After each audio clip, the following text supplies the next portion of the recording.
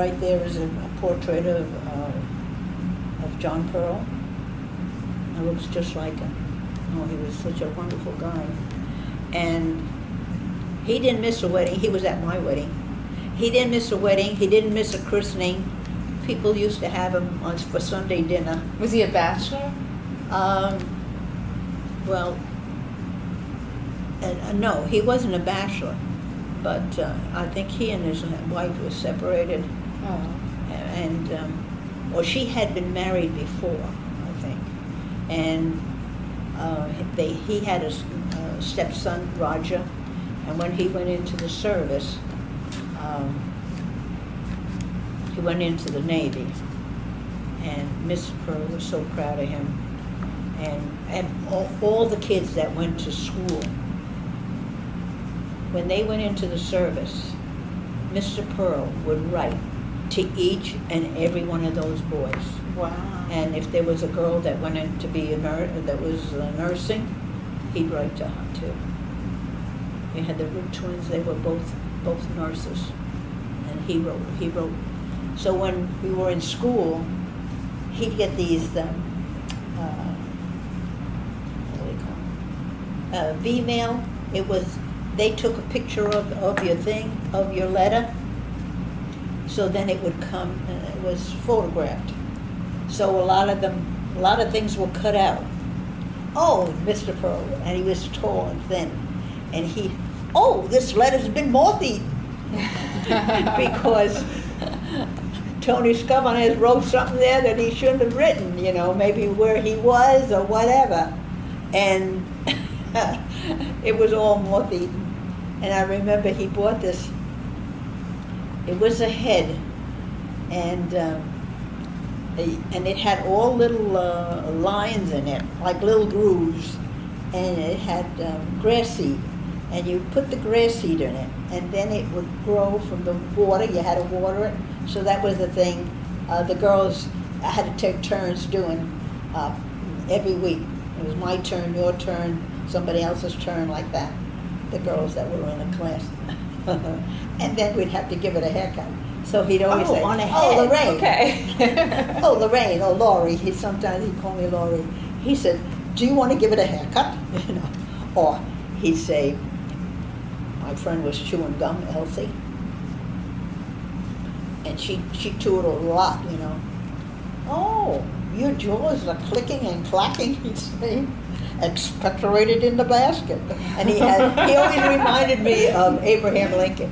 He was tall like that, and he had long fingers, but he was so nice. Sounds like he liked kids, Yes. right?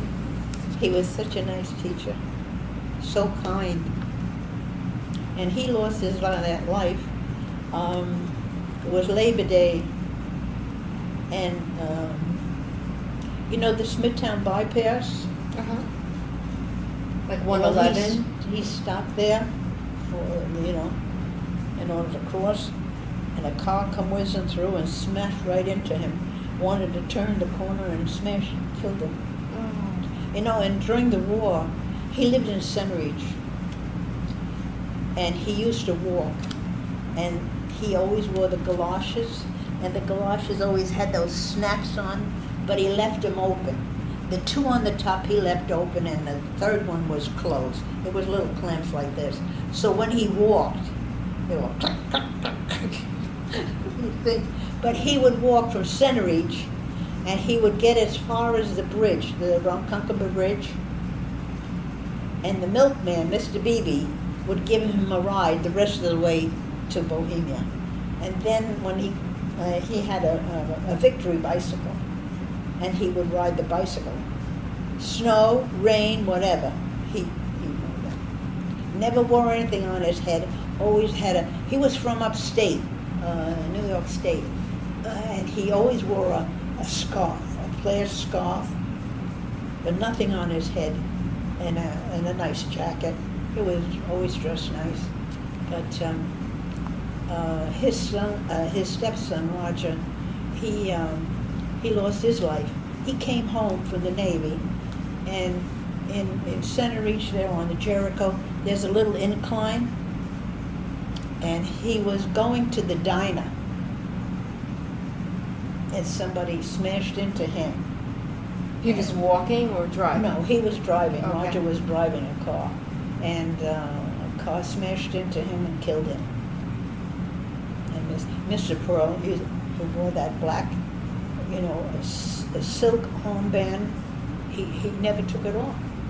He always had it on his suit. So the stepson died first? No, yeah. The stepson was in the Navy. He died, and then later on, Mr. Pearl was. That was Labor Day. Everybody in the village was in shock.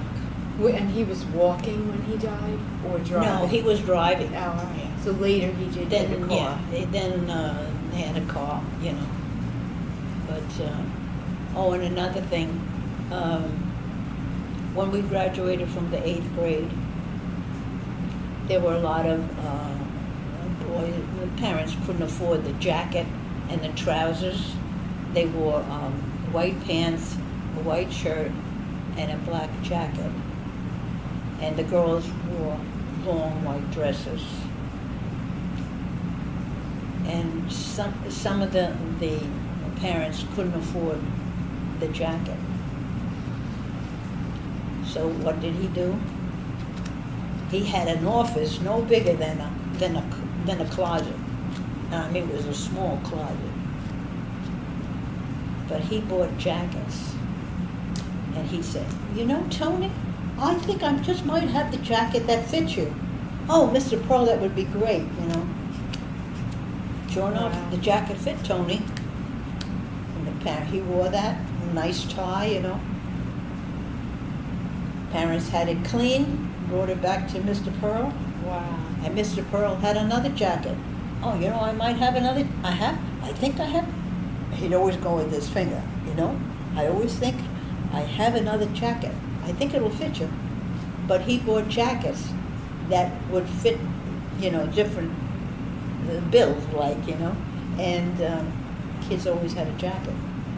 We'd walk down in the hall, and then we sat on a stage, and Mrs. Trinkwald, she played the piano, and she lived on Walnut Avenue.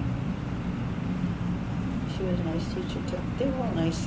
Miss Maestrick, she was a sharp dresser. When they used to wear the cashmere sweaters, and they had the scarf, and you would thread it through these little things, and it would be like this, and you had these two little things. Oh, couldn't wait till I got old enough to get one. She was And she was always dressed nice. And her father, years ago, taught school to read and write check on Sunday. It was like a Sunday school in the old school, and he would teach the children to read and write check and to speak. But your parents spoke to you,